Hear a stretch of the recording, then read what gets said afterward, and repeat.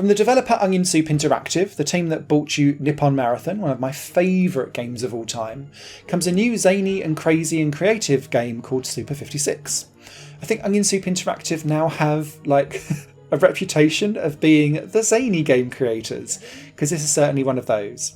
It's inspired, I think, by It's a Knockout meets Takeshi's Castle meets weird interpretations of classic video games, because Super 56 gives you 56 minigames, all playable with a single button. Now what you do with that button is very different for each minigame. Some of it might be a press and hold, it might be a button mash, it might be like a timing based thing.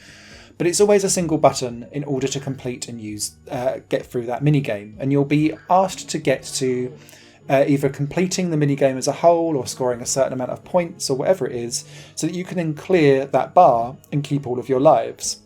You get given a certain amount of lives, and the 56 minigames will just keep coming at you until you run out of lives. The overarching theme of this game is to try and get through all 56 without losing all of your lives, and thus satisfy some of the NPCs in the weird story mode that makes very little sense on purpose, and is probably one of the weaker aspects of the game. The real fun here is playing the minigames and seeing how far you can get on the online leaderboards against everyone else who's having to deal with the same zany weirdness that you are too.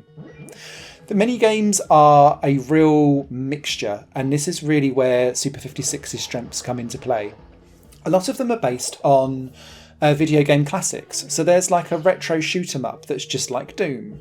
There's a bit where you go into like the Sonic bonus levels where you're going behind, seeing like how you bounce around inside and change different layouts and avoid like the pinball holes to get round and collect various different apples in the game instead of gold rings.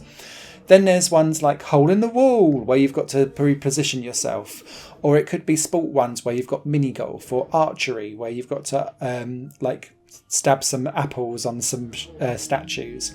There's a weird fishing mini game in here too. There's loads of just different references and homages to loads and loads and loads of games that you've played somewhere else before, but never quite like this, and certainly never in this way.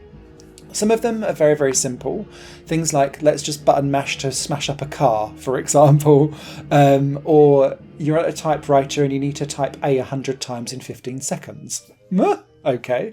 Some of it might be like, I need to fill up my car with £9 of petrol, and then you have to kind of press and release at the right time to make sure that you can get close to the mark as possible.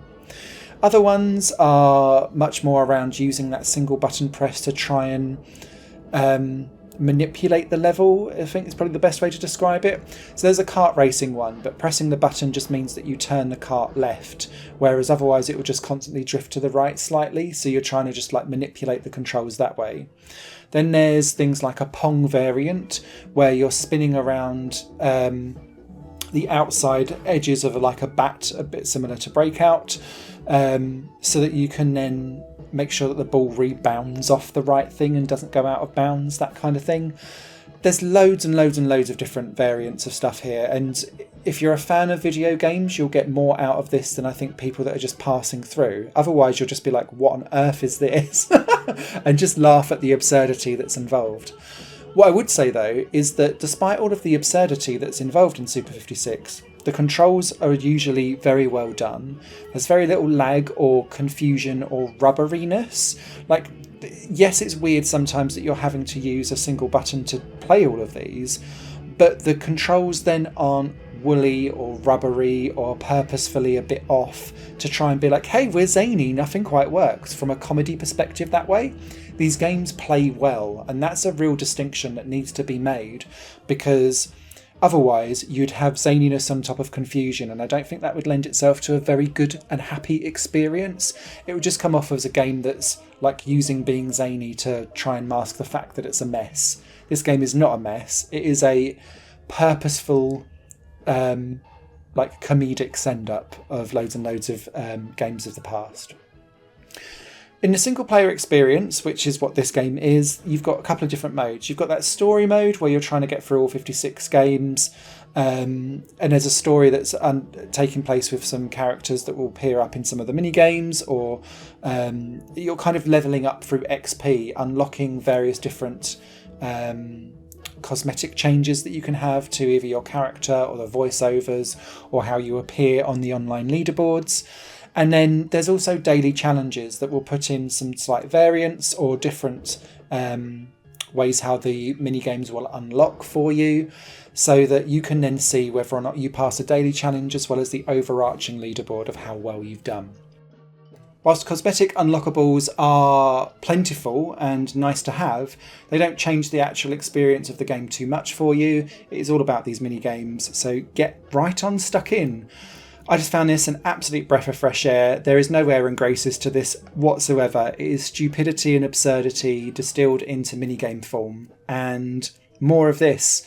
We need some happiness in this world at the moment, and quite frankly, Super 56 brings it in droves. More of this, please. Written review over on highplanegames.com. If you like stupid games, buy this now! Higher Plane Games is part of the Higher Plane Network, a completely independent media outlet supported by people like you. The goal is to create the best possible content that cultivates a richer indie scene for games as well as music and entertainment. To find out more and to get involved, visit patreon.com/higherplane-network. Your support makes all the difference, and in return you'll gain access to bonus content and downloads. Thank you for watching.